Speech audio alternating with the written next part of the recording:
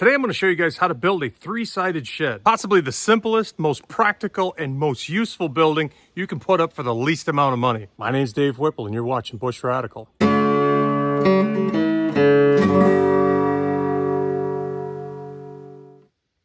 Now here's the shed we're going to be building today. It's 12 feet wide and 8 feet deep. Perfect for bicycles or motorcycles, lawn tractors, pigs, chickens, cows. Pretty much anything you want to use it for. Me personally, it's going to be used as a woodshed. Let's get started.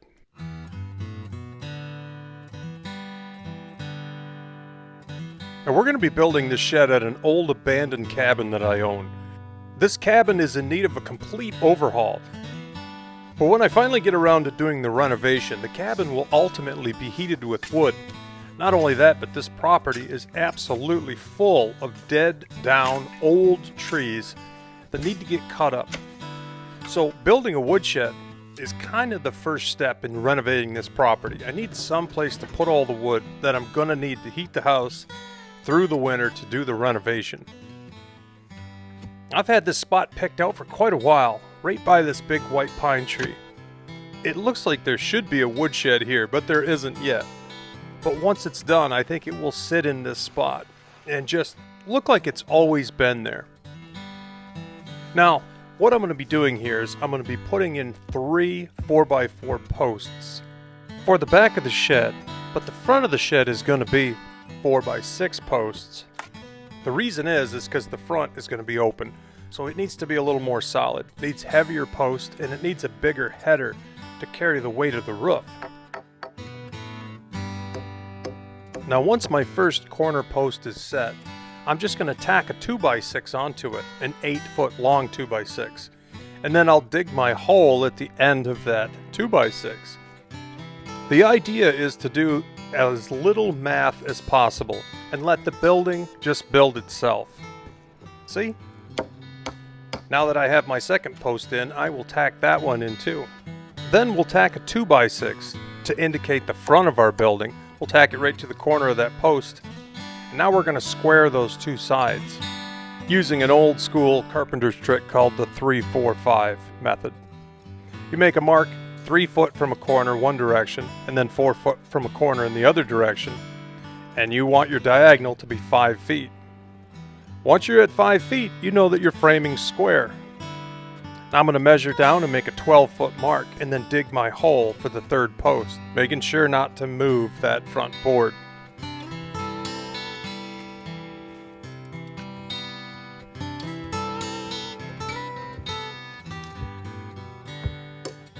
Once my third post is in, I'll tack it right at the 12-foot mark, and then I'll make sure it's plumb. The hole's big enough I can wiggle it around a little bit to get it plumb, and then I'll fill the hole in and pack it. Now I'm going to take my 8-foot board and my long board, and I'm going to go the other direction so I can establish the back corner. Same principle. Tack it right flush to the corner, 12-foot mark, and then on the end you have your 8-foot 2x6, and there's your corner. See how easy it is to build a building like this where you're really not measuring anything. You don't set batter boards or string lines or layout. You're just building in place. I'm going to put a post in the middle here in the back. Well, kind of in the middle. I had to move it off to one side just a fuzz because of a tree root, but it doesn't matter.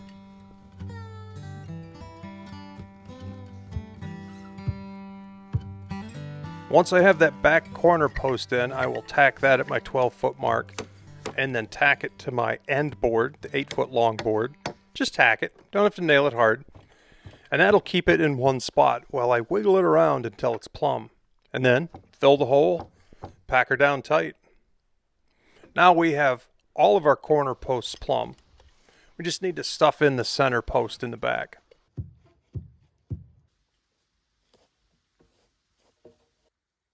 Now we're going to go around the bottom and nail off our boards.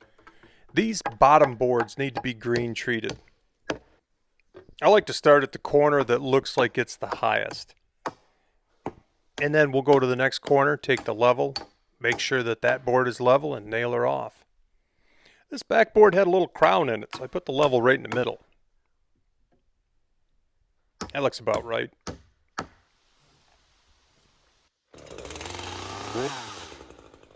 Now there's a couple tree branches here that need a little bit of trimming.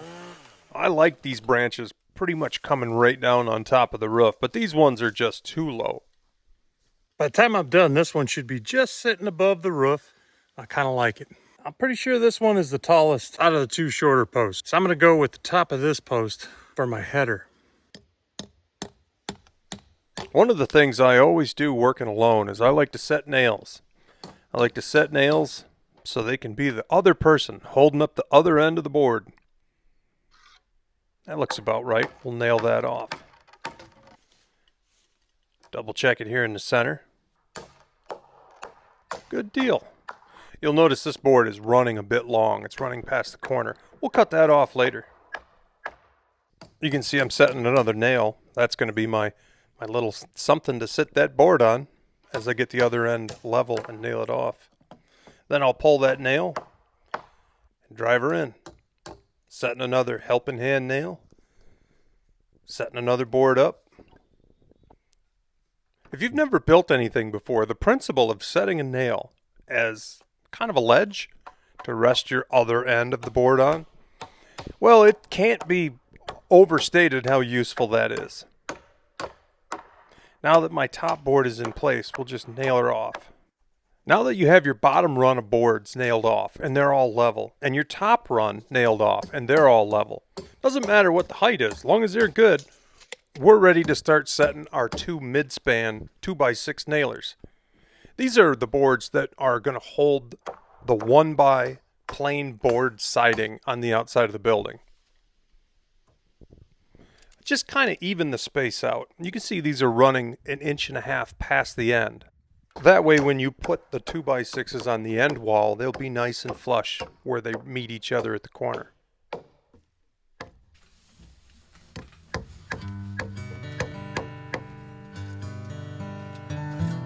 Now as I'm putting this framing together, I'm generally only putting one nail in each board. Ultimately there's going to be 4 or 5 at each junction where a 2x6 nails into a 4x4 post.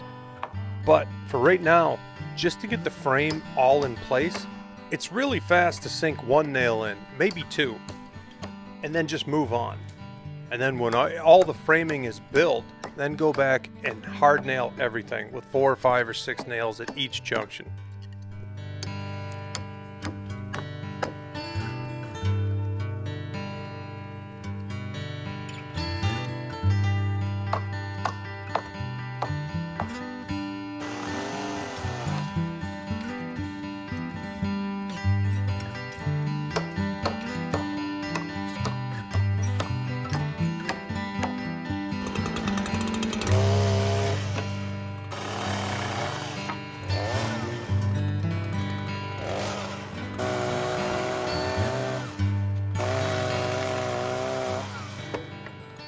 So what I'm going to do to put the roof on here is I've got to establish a pitch.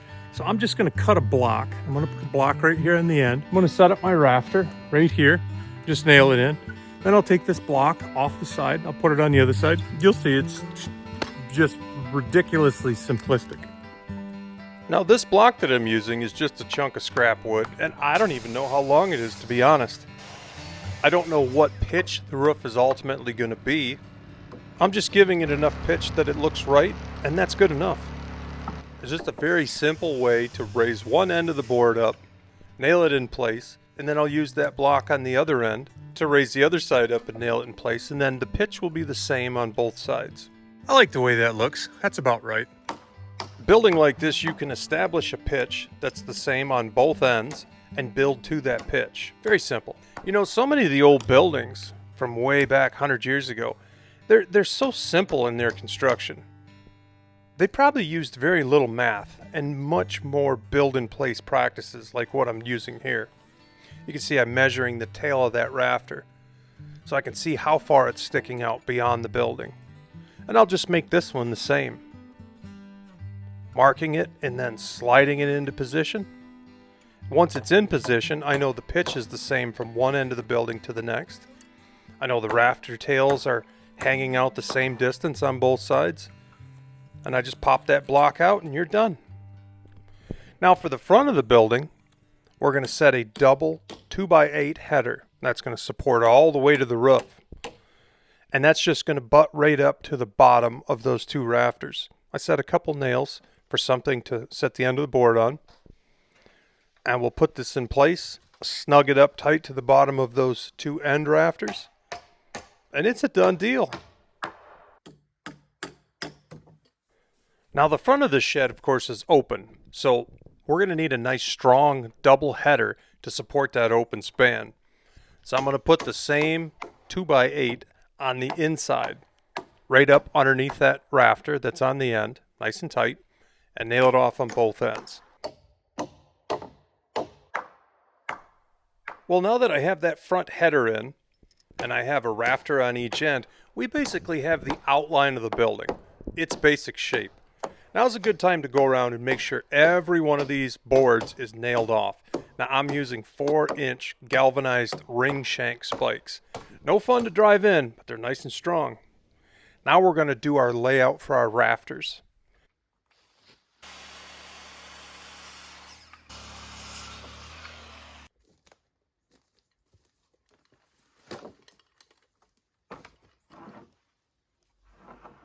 For each of your rafters, when you put them up, measure the tail of the rafter, the overhang, and make a mark so that it's hanging out exactly the same as the ones you set up initially, the ones on each end. And then just toenail them into place. Lovely.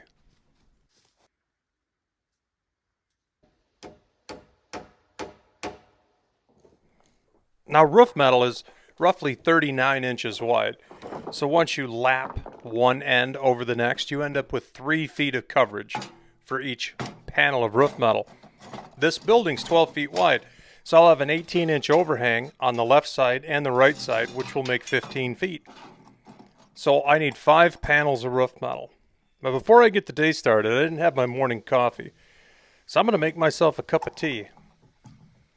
Now this old Primus stove, I keep in my truck in an ammo box. It's like me, it's getting old and it takes it a minute to get going, but it works like a charm. I just put unleaded gas in it.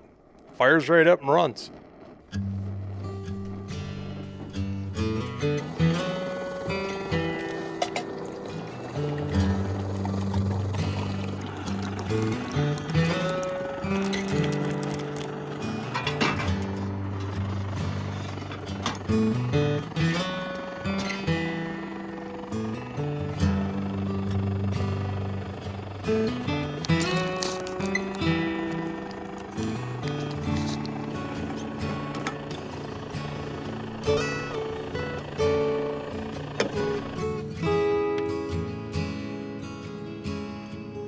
While my water's getting hot, I'm going to cut these 16-foot roof nailers down to the 15-foot length that I need.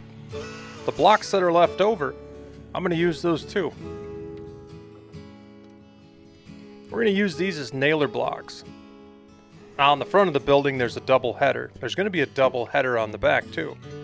The nailer blocks will go between those two headers, and that'll be what holds our rafters in place. I'm going to cut the ends off so they're at the same pitch as the roof itself. And we'll set in that double top header in the back, just like we set the front one in. Get it up snug to the rafters that are already in place. Morning's going pretty good. Now for these nailer blocks, it's a good idea to set some nails ahead of time. That way you're not in an awkward spot trying to set and start your nails. We fit them up between that inner and outer header. Nail them off to the rafter. You see I'm using a sledgehammer to back up that board. Makes those nails a lot easier to drive in.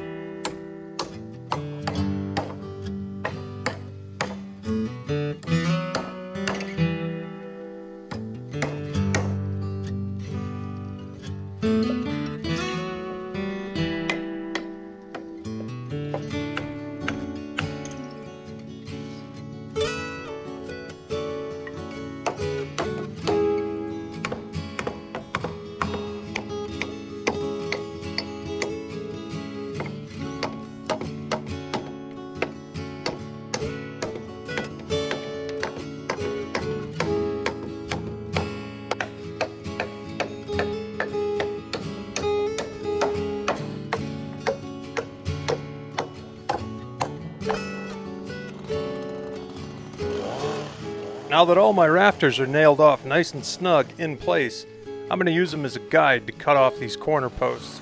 And I'm just going to cut this back post off too. It's just a little higher than it needs to be. Perfect. Now I have an old pile of pine boards I sawed up years ago with my brother. They've just been sitting here and they get used little by little. I think I have just enough left to side this shed. And that's going to be great. Not only will I avoid buying anything, which is great because I'm cheap, but these things got a great look. They're old, they've been around a bit. They're going to look really good.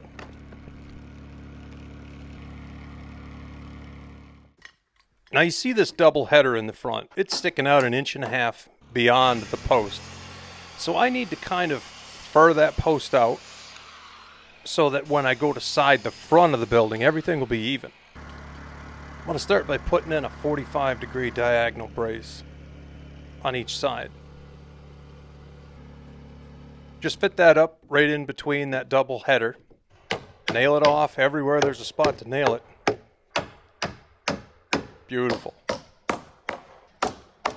Now that 45-degree brace, that has to be the same plane as that top header.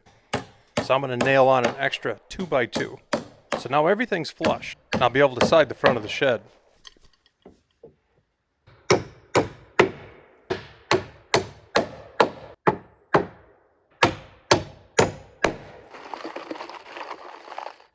Now the nails we're using for the siding are 2-inch galvanized nails.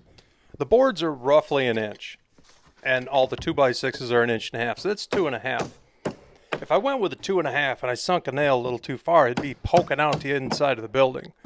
So I'll just use a little shorter nail, and I'll put a couple extra in. Now some of these boards have been out underneath of a tarp, and once in a while the tarp gets blown around and the ends of the boards get rained on. So I'm strategically placing these boards so that any dry rotted ends of the boards are sticking up above that rafter. So when I cut them off, I'll just eliminate the rotten portion. Look at that one. This one's bad too. And so's this one. I'm ready to start siding the back of the shed. And a lot of these boards have rot on one end. Now measuring the back of the shed from the bottom 2x6 to the top is 75 inches. So I'm going to cut a board 75 inches long and I'm going to use that as my jig. What I'll do is I'll take all of these boards that have one end or the other that's rotten and I'll lay them down all together so that the best part is right in the center, that 75 inches. And when I get a good stack, I just set my jig on top. I use a chainsaw to cut them all off at once. Lovely.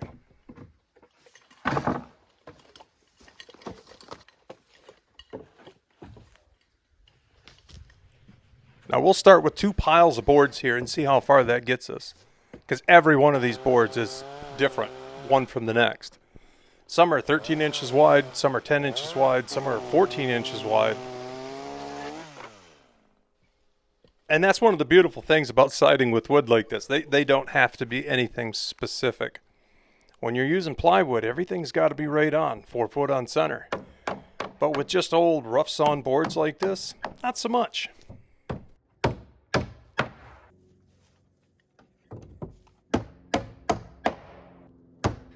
Now earlier I talked about putting this building together, the framing, and I just stuffed a nail in each one of the joints and called it good. And then later on I went back and nailed everything off. I'm going to do the same here with these boards, putting about 2 nails in each board just so they're up and in place and I can keep on boogieing. When I get them all up, well, I'll take a little bit of time and go back and nail them all off.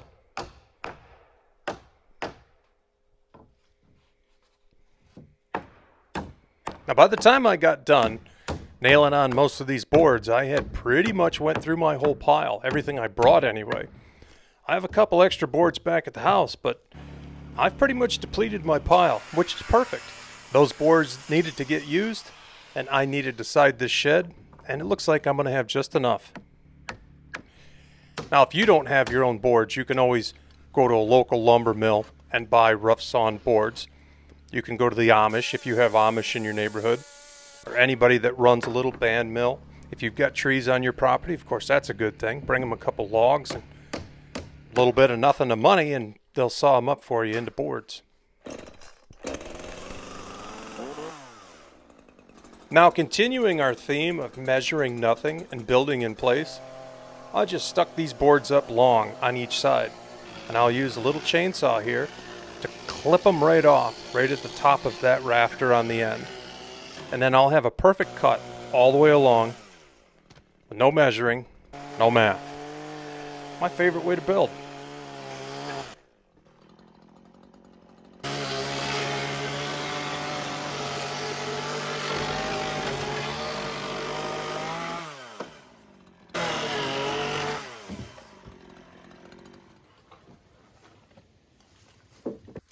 Now that our siding's done, it's time to move on to the roof. I'm going to put up my roof nailers, and I'm going to make the overhang the same on each end.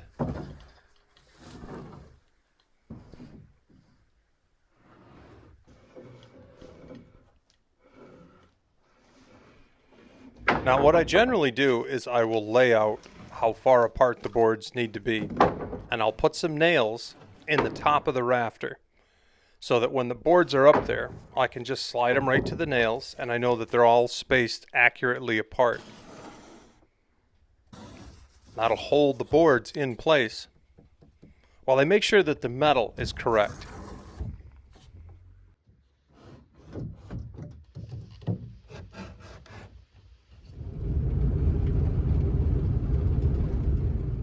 Now the next morning, my first stop was to a local Amish who sells roof metal.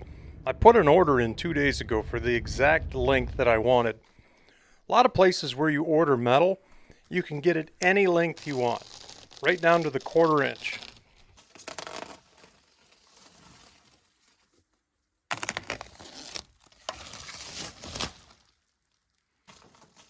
Now this old cabin is pretty trashy, but the roof is solid, and it's in fairly good shape, and it's forest green, so I chose the same color.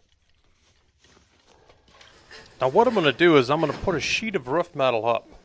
Because this is a post-style barn and it's not built off a fixed foundation, there's always a chance that it's just a little tiny bit out of square. Shouldn't be very far out of square, but there's always that chance. So I'm going to make sure that that metal is flush along that bottom nailer, and then I'll set all of the rest of these boards at exactly the right spacing so that the metal doesn't get wonky and run out long on one end or wide on one side. That looks about right. Now gently, I'll take that sheet of metal off the roof, get up on the roof, and tack everything down right where it sits.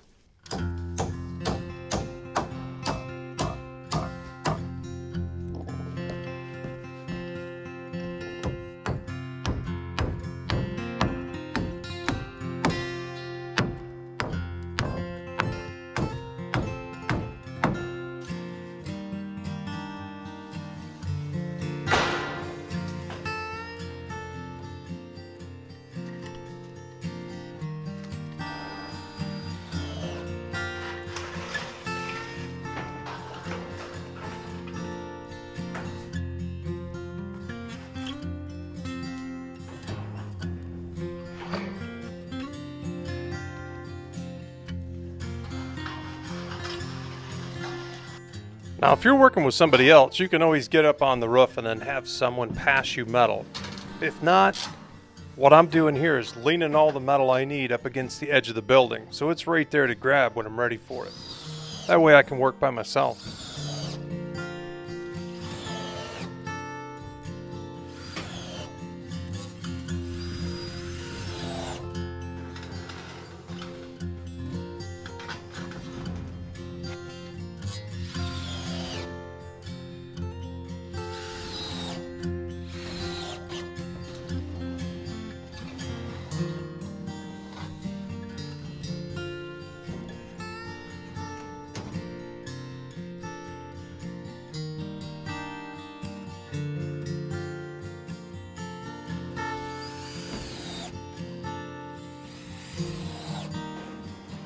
Now, unfortunately, I found out too late that this particular sheet was leaned up against the barn backwards. The little ridges are different from one side to the other, so they all kind of need to be going the same direction for it to mate up perfectly. So I had to turn that one around. Now this branch, I like this branch, this white pine branch. It just kind of makes the place look like it's always been there. Kind of a pain at the moment, but it'll look nice later.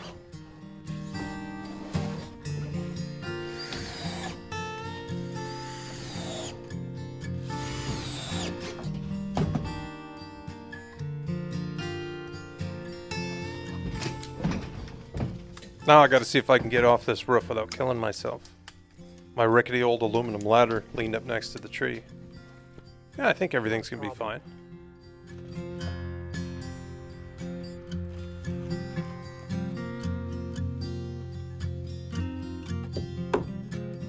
Now it's time to put the wood siding on the front of the shed. This is what's really gonna set your building apart and make it look beautiful. Of course, a shed like this is very functional, but you can also make it ugly by taking a little bit of time and detailing in the wood siding on the front of this shed. It's going to be a very pretty building. Years ago, there was a guy who had construction videos and books. His name was Larry Hahn. He did a lot of carpentry where he put the wood in place and marked it against the existing construction. Man, I never forgot that. One of the most useful things I ever learned.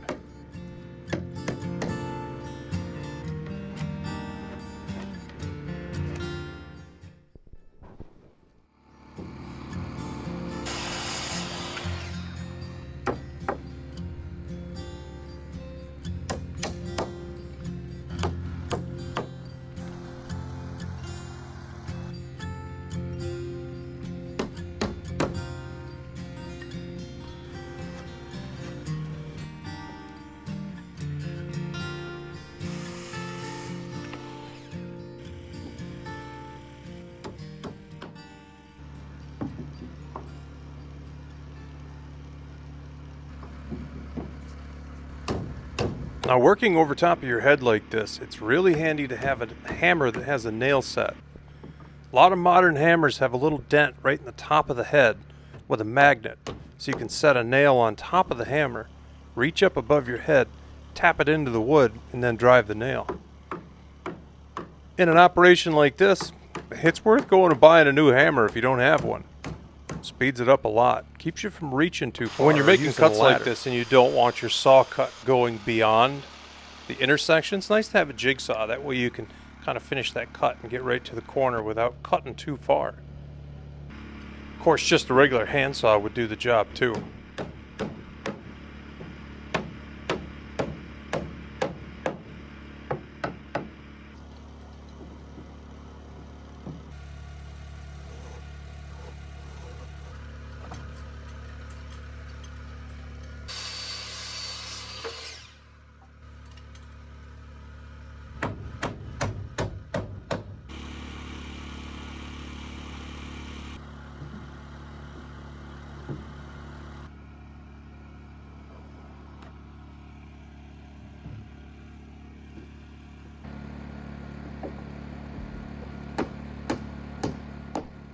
Now I had just a couple little ugly corners, so I just took my jigsaw and just cleaned those corners up. There, that's nice. There's one more up here that's not quite right. I'll just take the jigsaw and clean that up too. Well, there you have it. Well, just a couple days, the absolute bare minimum of tools, simple layout, simple carpentry principles, no math, cutting boards in place, cutting boards to the existing construction.